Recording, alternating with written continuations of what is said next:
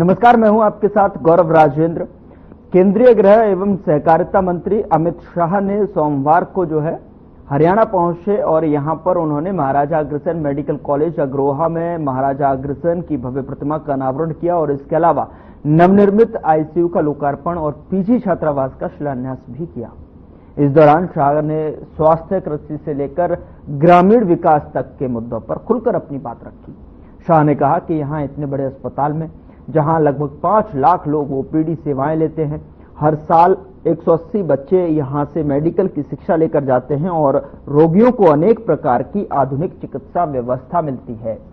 उन्होंने कहा कि आज यहां पर महाराजा अग्रसेन की मूर्ति के साथ साथ नवनिर्मित आईसीयू का भी लोकार्पण और पीजी छात्रावास का शिलान्यास भी किया गया है।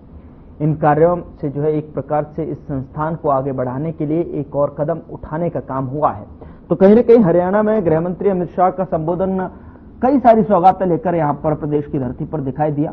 जिस तरीके से कल गृह मंत्री अमित शाह ने संबोधन किया और संबोधन में तमाम सारी सौगातें विकास के नए आयाम तक पहुंचाने के लिए प्रदेश की धरा पर प्रस्तुत की, तो उससे कहीं न कहीं विकास की जो रफ्तार है उसमें तेजी आने की संभावना और लगातार जो भारतीय जनता पार्टी अपने चुनाव के मद्देनजर 10 सालों का खाका लेकर चल रही है और 10 साल में जिस तरीके से प्रधानमंत्री नरेंद्र मोदी के कार्यकाल में किए गए विकास को गिनाते हुए लगातार जो प्रोजेक्ट्स हैं उन्हें दावे के साथ में वादों को पूरा करने की हकीकत को जनता के समक्ष रख रही है, उससे कहीं न कहीं ऐसा लगता है कि विकास की रफ्तार पहले से कई गुना यहां पर बढ़ती हुई नजर आ रही है। ये दावा सरकार और सरकार के नुमाइंदे यहां पर लगातार बैठकर करते हैं और हम जानने की कोशिश करेंगे चर्चा के दौरान कि किस तरीके से हरियाणा प्रदेश की भीतर विकास की रफ्तार क्या पहले से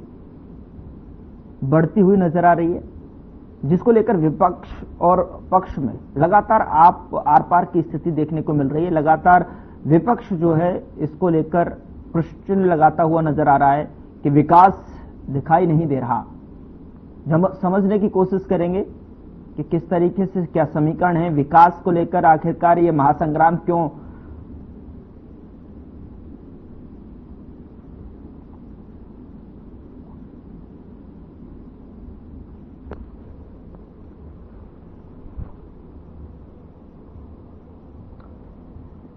चर्चा की शुरुआत करते हैं। हमारे साथ रामजावल शर्मा जी प्रवक्ता के तौर पर जुड़ रहे हैं बीजेपी की तरफ से और विजेंद्र खोखर जी हमारे साथ कांग्रेस की तरफ से जुड़ रहे हैं, फोन लाइन पर है। विजेंद्र जी और रामराज शर्मा जी, आप दोनों का बहुत स्वागत है चर्चा में। और शुरुआत शर्मा जी आप ही से करूंगा और विकास को लेकर जिस तरीके से लगातार आपकी तरफ से जो वादे किए गए, मैनिफेस्टो में जो आपने वादे किए, दावे किए, उसको धरातल पर उकेरते हुए यहां पर एक पिछले दिनों मैंने तस्वीर देखी आपके हरियाणा प्रदेश के भीतर की, जिस तरीके से गृह मंत्री अमित शाह का संबोधन हुआ, उन्होंने लगातार तारीफ की नायब सिंह सैनी की और गदगद भी नजर आए सीएम साहब। लेकिन क्या वाकई में धरातल पर उसका कोई असर दिखाई दे रहा है? क्योंकि लगातार आपकी तरफ से कहा जा रहा है कि उसका विकास की जो गति है पहले की तुलना में इस बार की रफ्तार काफी तेज है। देखो, मैं आपको बताना चाहूंगा, जिस तरह से विश्व के सबसे लोकप्रिय और ताकतवर प्रधानमंत्री आदरणीय नरेंद्र मोदी जी की अगुवाई में हमारा देश बहुत आगे बढ़ रहा है। रक्षा के क्षेत्र में आत्मनिर्भर हुए हैं, आर्थिक दृष्टि से हम बहुत मजबूत हुए हैं। एक भव्य ऐतिहासिक राम मंदिर का निर्माण अयोध्या धाम में हुआ है। धारा 370 और 35 से जम्मू कश्मीर से हटाई गई, विदेश में हमारा डंका बजा, हमारी दाग जमी है। ऐसे ही हरियाणा के जन जन के चेते, युवाओं के हृदय सम्राट, बहुत ही मिलनसार, छत्ती बरादरी के मसीहा, 24 घंटे जनता की सेवा में समर्पित रहने वाले, और जो अक्सर कहते हैं भाई ये सीएम की कुर्सी भी आपकी है और भाइयों ये मुख्यमंत्री का निवास भी आपका है, सब कुछ आपका है, तेरा तुझको अर्पण क्या लागे मेरे, मैंने आपके आशीर्वाद की जरूरत है। जनता ने भरपूर आशीर्वाद दिया और इसीलिए तीसरी बार हमारी सरकार हरियाणा में बनी और दूसरी बार हमारे युवा मुख्यमंत्री आदरणीय नायब सिंह सैनी जी दूसरी बार मुख्यमंत्री बने। और जिस तरह से हमारे बहुत ही मजबूत गृह मंत्री के रूप में जाने जाने वाले सरदार पटेल जी के बाद में सबसे मजबूत गृह मंत्री के रूप में आदरणीय अमित शाह की गिनती होती है। प्रसिद्ध रणनीतिकार है, चाणक्य की भूमिका में रहते हैं और धारा 370 और 35 से हटाने में अहम भूमिका इनकी रही है। जिस तरह से कल वो की बात हो गई, माननीय हमारे बहुत ही लोकप्रिय रहे प्रसिद्ध उद्योगपति हमारे स्वर्गवासी ओपी जिंदल जी को अपनी श्रद्धांजलि देने के लिए कल वो पधारे थे।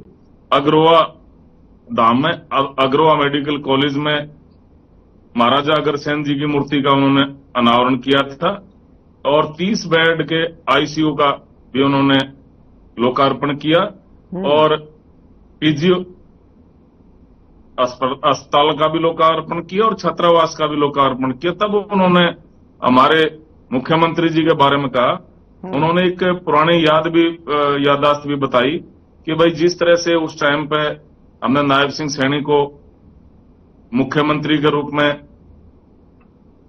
इनको चुना गया तो 2.5 महीने थे उस टाइम में इलेक्शन के। मैंने पूछा, हाँ भाई सैनी साहब, फिर ये बोले जी आप चिंता ना करो, सब 2.5 महीने बचे हैं, कैसा रहेगा, बहुत बढ़िया रहेगा, आप चिंता ना करो। और उन्होंने ना केवल कसौटी पर खरे उतरे हमारे मुख्यमंत्री जी, बल्कि 48 सीटें भी जीत के लाए और ये मैं इस बात के लिए उनको बधाई देता हूं। और आज नवरात्रे हैं, तीसरा दिन है, हमारे जो हिंदू हमारा नववर्ष की भी शुरुआत हुई है, उसकी भी मैं सभी प्रदेशवासियों को और सभी देशवासियों को हार्दिक बधाई शुभकामनाएं देता हूं। उनके उज्जवल भविष्य, उत्तम स्वास्थ्य, दीर्घायु की कामना करता हूं। और जिस तरह से हमारे गृह मंत्री जी ने माननीय मुख्यमंत्री जी के व्यक्तित्व की तारीफ की, उन्होंने कहा बस जितने ये स्वभाव, जिस तरह से इनका स्वभाव है, ये हमेशा मुस्कुराहट हंसते रहते हैं और लोगों के बीच में रहते हैं, 24 घंटे समर्पित रहते हैं और उतने ये उच्च कोटि के प्रशासक भी हैं। कि ऐसा नहीं है, ये जब काम होता है तो ये अफसरों पे काम भी लेना आता है इनको। और अब ट्रिपल इंजन की अब सरकार हमारी बन गई है तो विकास की गति में और ज्यादा स्पीड से दौड़ रही है। हर साइड में हरियाणा एक, हरियाणवी एक, सबका साथ। हमारे साथ जुड़े हुए फोन लाइन पर विजेंद्र।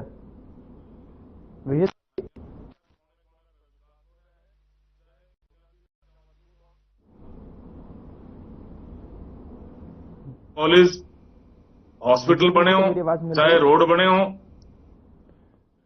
विजेंद्र जी, लगता है विजेंद्र जी फोन लाइन पर नहीं है। एक बार फिर से कनेक्ट करने की कोशिश करेंगे। शर्मा जी, वो जो आपने भूमिका बताई, वो भूमिका जो है लगातार जो है विगत दिनों की थी और जो आपने जिक्र किया राम मंदिर का और 56 इंच का और 370 का, तमाम तरीके की वो केंद्र से रिलेटेड जो है वो थी योजनाएं थी जिनकी सरकार ने कहीं न कहीं इन पर काम किया। तो ऐसे में अगर दूसरी तरफ अगर प्रदेश की बात की जाए तो ये विपक्ष लगातार सवालिया निशान क्यों खड़े कर रहा है? क्यों आखिरकार कह रहा है कि विकास की रफ्तार नहीं मिली? जो बजट पेश किया गया उसमें जो है कहीं न कहीं शिक्षा, स्वास्थ्य और जो मूलभूत सुविधाएं हैं, निजी तौर पर जिंदगी में आम जीवन में जो है मूलभूत समस्या जो कि रोजमर्रा की जिंदगी में इस्तेमाल की जाती है, उसमें कहीं न कहीं यहाँ पर उन्हें कटौती कर दी गई। और ये जो लगातार विकास का आलाप रहे हैं, पर्ची खर्ची का भी जिक्र जो है कल अमित शाह जी की रैली में और संबोधन में किया गया, तो ये उस पर भी सवालिया निशान खड़े करते नजर आते हैं। शर्मा जी क्या कहेंगे? फिर विजेंद्र जी से मैं आपसे समझने की कोशिश करूंगा। मैं आपको बताना चाहूंगा, हाँ, जनता के धरातल पर विकास हुआ है और जनता खुश है।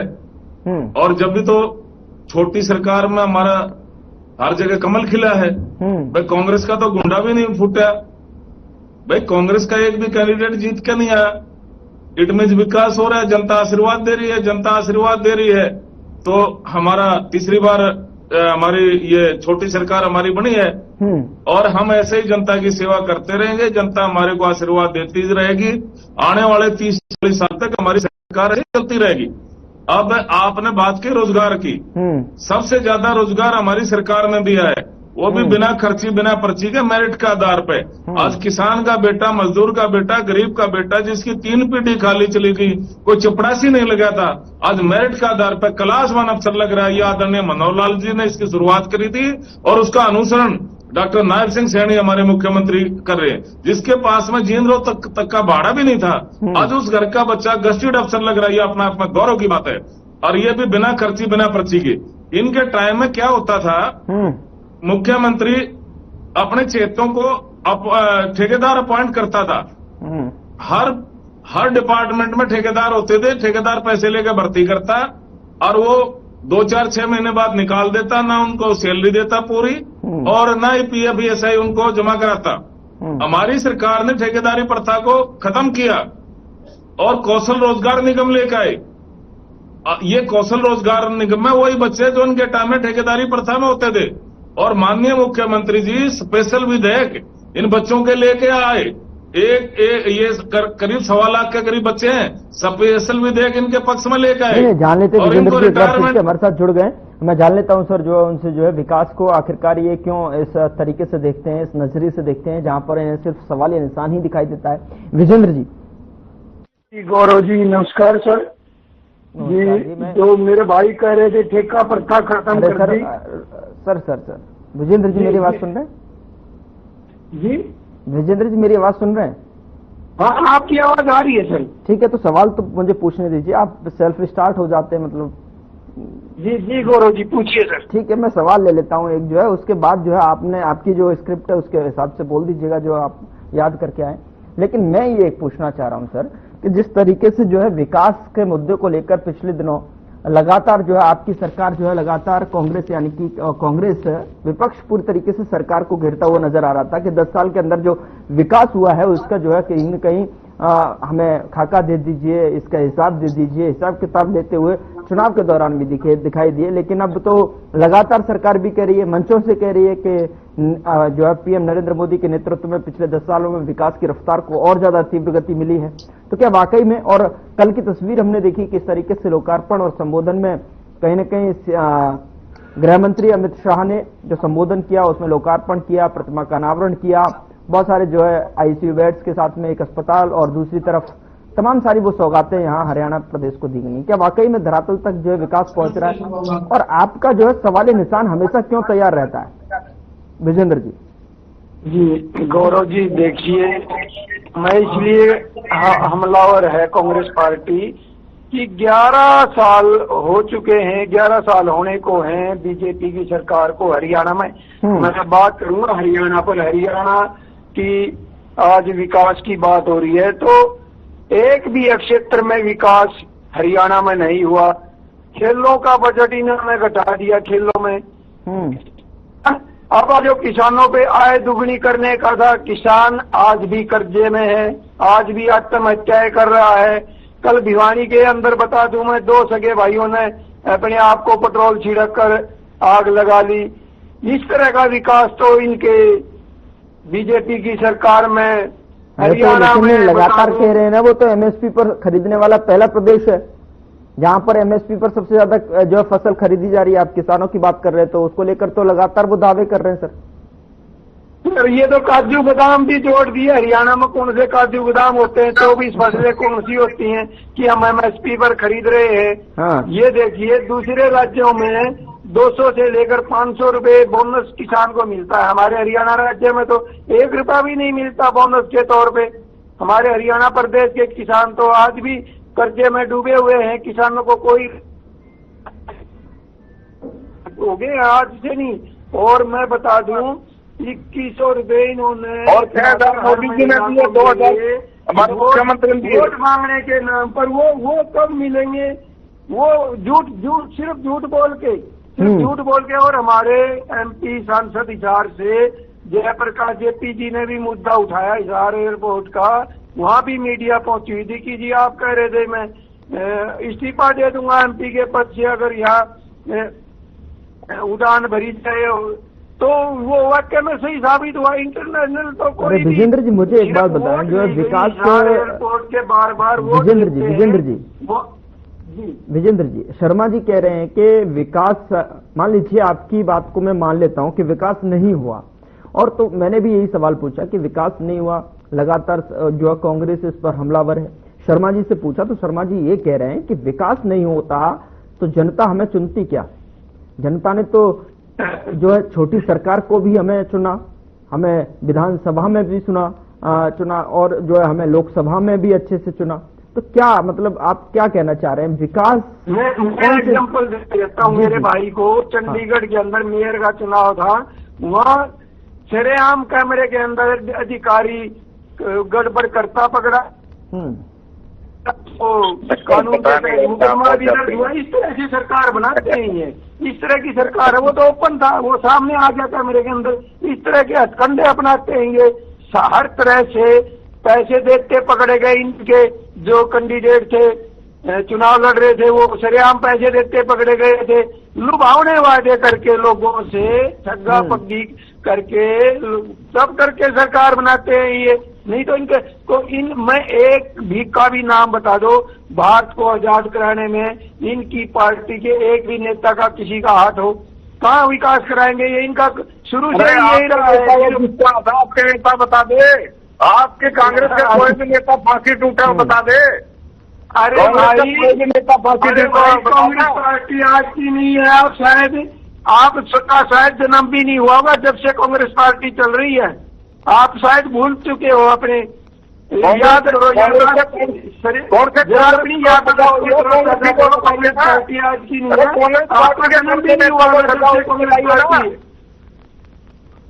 ये भगत सिंह राजगुरु सुखदेव की फांसी की सजा रोकी जा सकती थी, कांग्रेस पर रोका नहीं। भाई जब कांग्रेस पार्टी की सरकार थी, सजा रोक सकते थे। साहब को कहते थे कि रोहतक का विकास हुआ। अरे आपके राज में तो किसी एक का भी विकास नहीं हुआ। हुड्डा साहब ने तो चलो मान लिया आपकी बात, रोहतक में कर दिया आपने तो 10 साल हालात देख लो, आज करनाल में आगे हालात देख लो। 10 साल तक मुख्यमंत्री मनोहर खट्टर की रफ्तार तेज होगी है, प्रदेश का तो विकास हो रहा है, कांग्रेस का विकास नहीं हो रहा। ये बात कह दूं, ऐसा प्रदेश का तो बहुत ज्यादा विकास हो रहा है। विकास की जो गाड़ी है वो ट्रिपल इंजन की सरकार बन गई। विकास की गाड़ी 3 गुना ज्यादा स्पीड से दौड़ रही है। स्टेशन बेच के विकास, दुकान बंद होगी, दुकान बंद, रेलवे स्टेशन बेच के, एयरपोर्ट बेच के आपका विकास करती है आपकी पार्टी। ऐसे विकास नहीं होता। गरीब जनता के स्कूल बंद कर दिए, ये कोई विकास है? गरीब का बच्चा कहाँ पढ़ेगा? इतनी महंगी पढ़ाई होगी है। 150 रुपए की किताब है जो बाहर लेने चले जाओ वो 500, 800 रुपए में मिलती है। कहाँ विकास है? और मैं बता दूं घटना, मैं बताता हूँ, मेरे भाई सुन लो, अरे मेरे भाई 1 मिनट सुन। कानपुर पीजीआई है, कानपुर मेरा गुवांड लगता है, वहाँ पीजीआई है। वहाँ पे खुद मेरा ससुर जी एडमिट है। एक दवाई जो 200 रुपए की, 150 रुपए की आती है, वो 500 रुपए की दी उन्होंने। फिर हमने फिर अपने जान पहचान वाले से पूछा, वो 500 रुपए की दवाई वापस दी और वो 200 रुपए में वो दवाई लेके आए। ये लूट खसोट आपके बीजेपी के शासनकाल में मरीजों के साथ। ये विकास हो रहा है आपका विकास हो रहा है। नहीं तो गरीब आदमी का विकास नहीं हो रहा। गरीब आदमी तो कहाँ भी जाए वहीं लूटता दिखता है। गरीब आदमी का विकास नहीं है। किसान का विकास हो रहा है, मजदूर का विकास हो रहा है, मातृ शक्ति का विकास हो रहा है, युवा शक्ति का विकास हो रहा है, सभी वर्गों का विकास हो रहा है, छत्ती बरादरी का विकास हो रहा है। युवा साइकिल यात्रा निकाल रहे हैं, बेरोजगारी दिखा दूं मैं आपको। ये युवाओं का विकास ये हो रहा है, साइकिल पे यात्रा निकाल रहे हैं। बेरोजगारी अभी इतनी हो गई है। अगर मजदूर लग रहे हो हरियाणा गिराएंगे, अगर बड़े बड़े अफसर लग रहे हैं ये हरियाणा का विकास हो रहा है। किस तरह की बात करते हो? कितने आंकड़े बता दूं? किसी भी उसमें आ जाओ। सरकार है, मजदूरों की सरकार है, ये गरीबों की सरकार है, ये शोषित समाज की सरकार है, ये वंचित समाज की सरकार है, ये पिछड़ों की सरकार है, ये छत्ती बरादरी की सरकार है, ये सभी वर्गों की सरकार है। अच्छा, मैं चलो इसका जवाब दे देता हूँ। सुन लो, आपकी सरकार ने कानून बना दिया कि कोई भी आदमी का किसी की हत्या हो जाती है, गरीब को न्याय नहीं मिलता, वो डेड बॉडी रख के प्रदर्शन नहीं कर सकता। अगर जिसको न्याय नहीं मिलेगा वो करेगा क्या? उसको ये भी अधिकार छीन लिया आपने। मेरे भाई जी, आप गरीब मजदूर की बात करते हो, 100 कोस दूर हो आप गरीब मजदूर से। हमने पता है आप किस तरह की बयानबाजी करते हो। सिर्फ आपकी बयानबाजी ही झूठ बोलने की राजनीति है, झूठ बोल के वोट झूठ लेना बोलना है। आज तक हरियाणा में 1% भी वोट पड़ी होगी किसी की। ये तो कांग्रेस पार्टी है, इंटरनेशनल झूठी पार्टी है। झूठ की तो कांग्रेस तेरे राज में जीरी गई जहाज में, याद होगा ध्यान आपको। खुदा तेरे राज में जीरी गई जहाज में, याद है कि नहीं है? या यादाश्त है कि नहीं आपकी?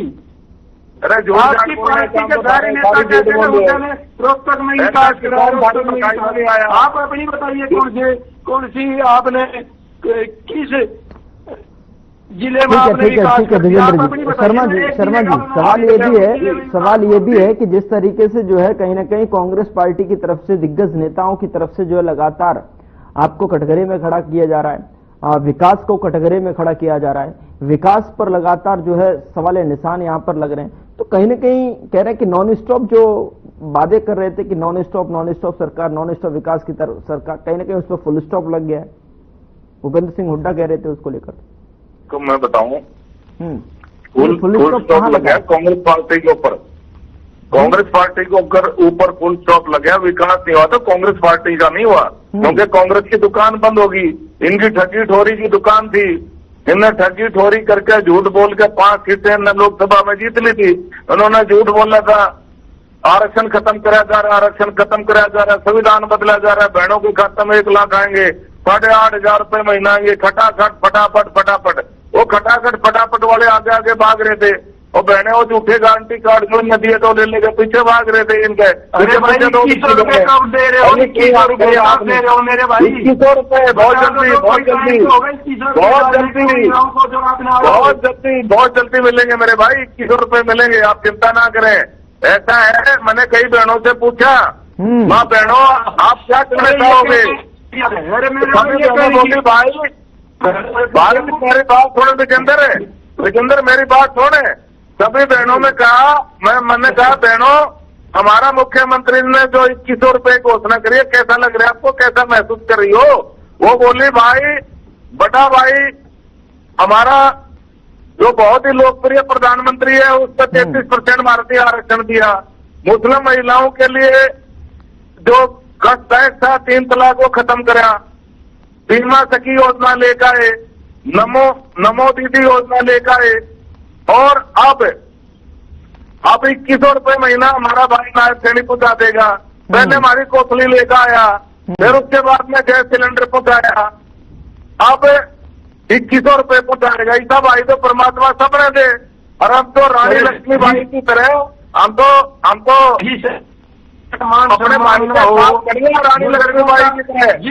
जिस सरकार ने बुजुर्गों का मान सम्मान ना किया वो सरकार, उस सरकार की बात कर रहे हो। फैमिली आईडी के नाम पे बुजुर्गों की काट ली, लाखों बुजुर्गों की बुजुर्गों को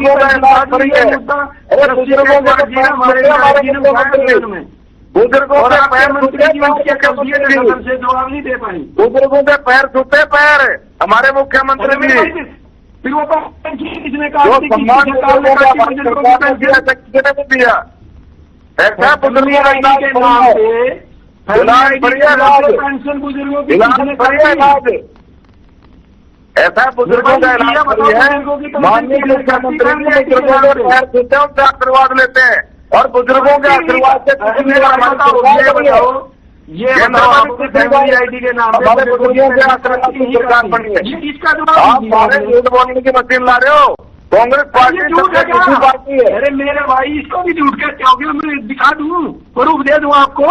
अरे झूठे आदमी जो एक बात को तो सच मान लिया करो, झूठों को तो दूसरे के लगते हैं। अभी देखो युवा शक्ति के लिए कितना बढ़िया काम कर रहा है, रोजगार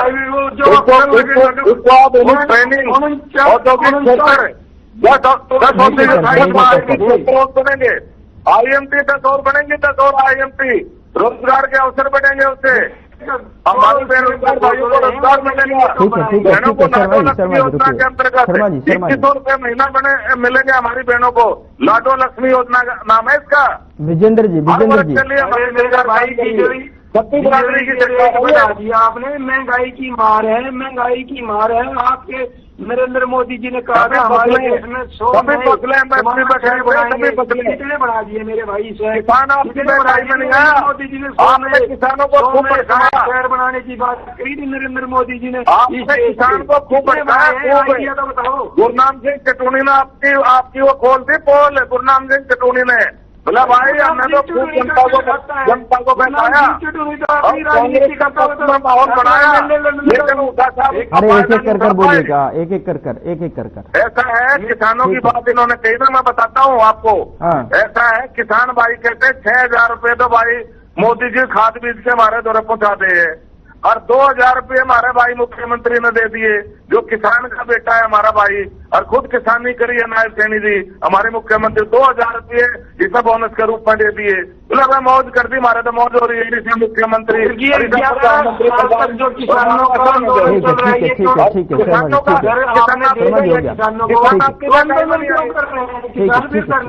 विजेंद्र जी को बोलने दीजिए। किसान इनकी बेकारी में नहीं आए, इन्होंने खूब बकाया। गुरनाम सिंह चटूनी ने इनकी पोल खोल दी। अगर हमने तो किसानों को खूब बकाया भाई, और कांग्रेस का पक्ष में माहौल बनाया, लेकिन भूपेंद्र हुड्डा जी उसका फायदा नहीं उठा पाए। इसका मतलब है कांग्रेस में और किसानों के नेताओं में साठगांठ थी। हरियाणा की जनता इनकी बेकारी में नहीं आई, क्योंकि किसान का बेटा प्रदेश का मुख्यमंत्री है। किसान की पीड़ा वो बेहतर समझ सकता है, जो किसान का बेटा हो, मजदूर का बेटा हो, या जिसने किसानी करी हो। समय इससे ज्यादा बढ़ने की इजाजत नहीं दे रहा। बहुत बहुत शुक्रिया हमारे साथ जुड़ने के लिए विजेंद्र खोकर और रामराजी शर्मा जी, बहुत बहुत शुक्रिया चर्चा में शामिल होने के लिए। लेकिन देखने वाली बात यह है कि जिस तरीके से दावे लगातार किए जा रहे हैं कि हरियाणा प्रदेश के भीतर जो है विकास तीव्र गति के साथ में आगे बढ़ता हुआ नजर आ रहा है, क्या धरातल पर उसकी तस्वीर साफ तौर पर नजर आएगी? क्या जनता के बीच में जो है मूलभूत सुविधाओं को लेकर सरकार पहुंचती हुई नजर आएगी? दूसरी तरफ जो नॉन स्टॉप जो विकास के वादे किए जा रहे थे उसको किस तरीके से सरकार जनता की आकांक्षाओं पर खरी उतरती नजर आएगी, देखने वाली बात होगी। फिलहाल खास खबर में इतना ही, नमस्कार।